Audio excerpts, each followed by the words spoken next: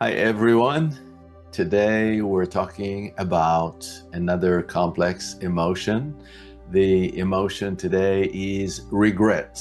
And we have these series of emotions we're going through because it's nice to light up different types of emotions from different angles and understand maybe on a deeper level what they mean, how they affect us, why do we need them, why do we go there, and if there's any need to change anything.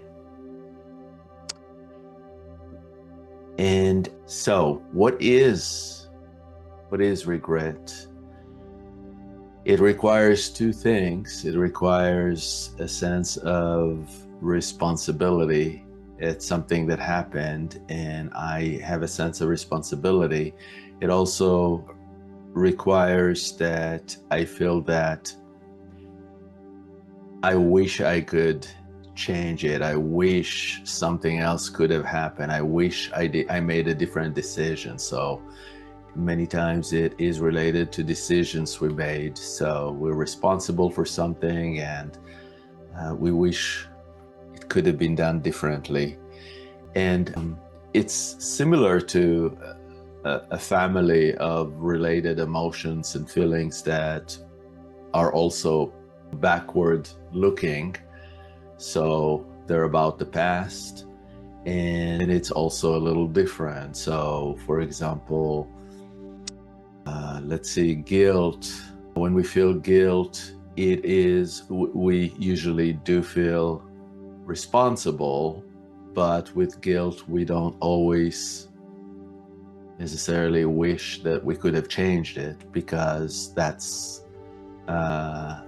might have been something that we decided to do and we knew that it was gonna make us feel guilty and we still would go ahead with it. Shame is something that is touching us more profoundly because it is about us as humans. It's like something is fundamentally wrong with me, where regret is not necessarily, that's the good side of regret, that it's not necessarily something is wrong with me fundamentally, but it's something that I wish I would have made a different choice maybe. And let's see, disappointment is where I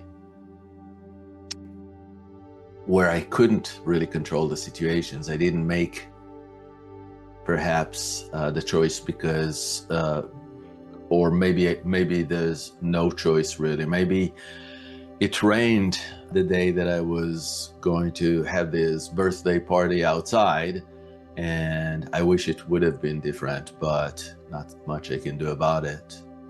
There are also even deeper feelings than regret that are, it's almost like when something is not fixable, no matter how much we feel that we would like to change it, and that's more like remorse, deep remorse. And so we have all these beautiful related emotions, and each one brings its own flavor. With regret, because we made a choice and because now we regret that choice and we wish that we would have done something different, there is another point of view on regret, which is it has a learning mechanism associated with it. In fact, in the brain, and it's usually happening in the front side, like frontal cortex or prefrontal cortex. There are all sorts of activities that happen when we feel regret, where the brain compares what happened to what we think could have happened if we made another choice. So there's a comparison game going on that becomes a problem when it keeps us in a loop of this comparison game, when we compare what happened to what should have happened or could have. So if you find yourself using these words, could, should, should have, could have. That's a clue that maybe there is a regret cycle going on. And there is also another part of the brain that is actually engaged before we make a decision, before we make a choice, and asks, am I going to feel regret if I'm going to make this decision? If I'm going to make this choice, compare it to previous pain of regret, am I going to regret it again? And so there are all these mechanisms that is telling us regret is not there to keep us stuck. It's not there to imprison us, but it's there for us to learn something and perhaps then make a different choice. There are other perspectives on regret that, especially the long-term kind. You know, if you think back to when I made a choice, why did I make this choice? I should have made a different choice, but who's saying that? Is that the same person in the same situation, in the exact same condition when we made the choice? Or is this already somebody else that would not be who you are if you didn't make the choice? And so I'm not going to get too philosophical, but it's suffice to say that when we look back and why did I stay in this relation, or why did I get into this relation, or why did I take this job, or whatever the big decision was, we can also have the perspective that we knew what we knew, and the conditions and our awareness and our consciousness and our mood were almost, I think the word fate comes to mind here. Was it fated? And was it fated when I made a decision? Perhaps.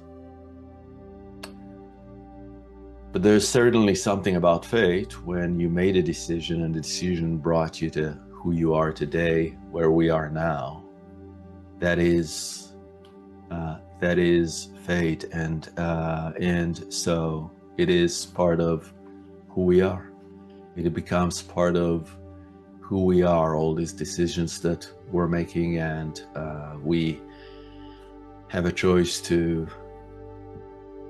continuously regret things, or to get the learning that regret brings us, and then do what we do with some level of understanding and acceptance. And with that, because that's food for the brain, we will go now into an experiential journey to meet some regret. So just think of one or two regrets,